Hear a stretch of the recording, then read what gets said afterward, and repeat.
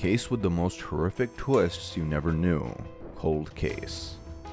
Discover the most horrific twists of this case you never knew.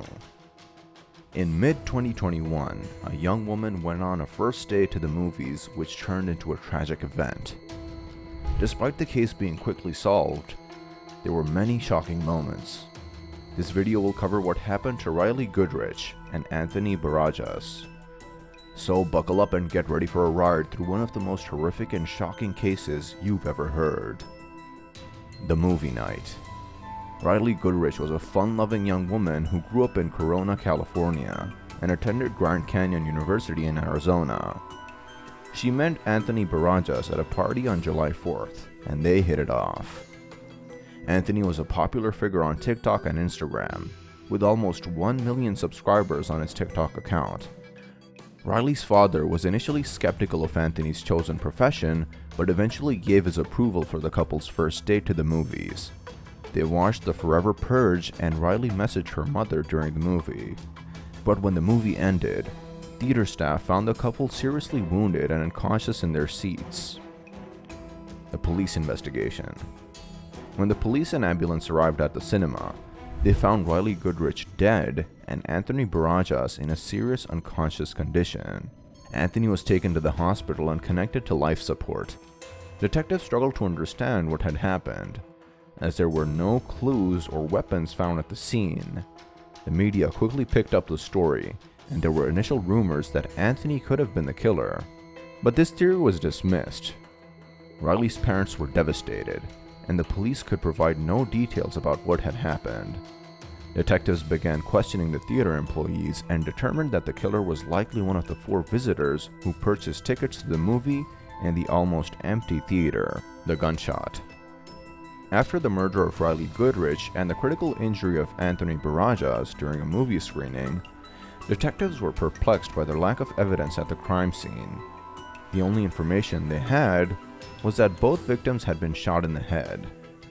The media propagated the theory that Anthony could have been the killer, but the police disregarded it, as the weapon was nowhere to be found. Only 6 tickets had been sold for the showing, leading the police to believe that the killer was one of the 4 visitors. But how had the other 2 not heard the gunfire? The detectives discovered that 4 tickets were purchased by one person for himself and 3 friends, leading them to consider the possibility of a group of people committing the crime. The twist. The next day, 20-year-old Joseph Jimenez called 911 to report that someone was chasing him. But when the police arrived, they found him with a gun in his hand. They realized that the gun was the same caliber as the one used in the theater attack. The other 3 moviegoers who had accompanied Jimenez to the theater were found and questioned, revealing that they had no idea of his plans. They noticed that he was acting suspiciously during the screening, muttering to himself, and suddenly leaving to retrieve his gun from his car. They lied to him, claiming that they needed to use the bathroom, but instead left and went outside. Jimenez's behavior and the details of his friend's story led to his arrest, and he was charged with murder, attempted murder, and robbery. Anthony Barajas ultimately passed away, resulting in an additional murder charge for Jimenez, carrying the possibility of a death sentence. The investigation continued as detectives attempted to gather any information from Jimenez. The aftermath. Hundreds gathered for a farewell ceremony to remember the 2 innocent young people, Rylee Goodrich and Anthony Barajas, who were tragically killed in a random act of violence at a movie theater. The accused, Joseph Jimenez, confessed to the crime, claiming he was diagnosed with schizophrenia and had stopped taking his medication, which led to voices in his head ordering him to commit the murders. However, doubts arose about the veracity of his claims and inconsistencies in his behavior before and after the incident. Jimenez pleaded not guilty but cited his mental state.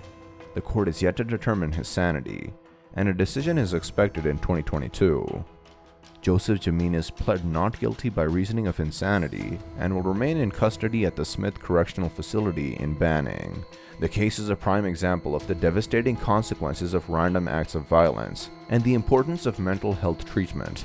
Regardless of the outcome, the case highlights the injustice and randomness of violence and the need for more stringent security measures like metal detectors in public places. What do you think about this case? Let us know in the comments below.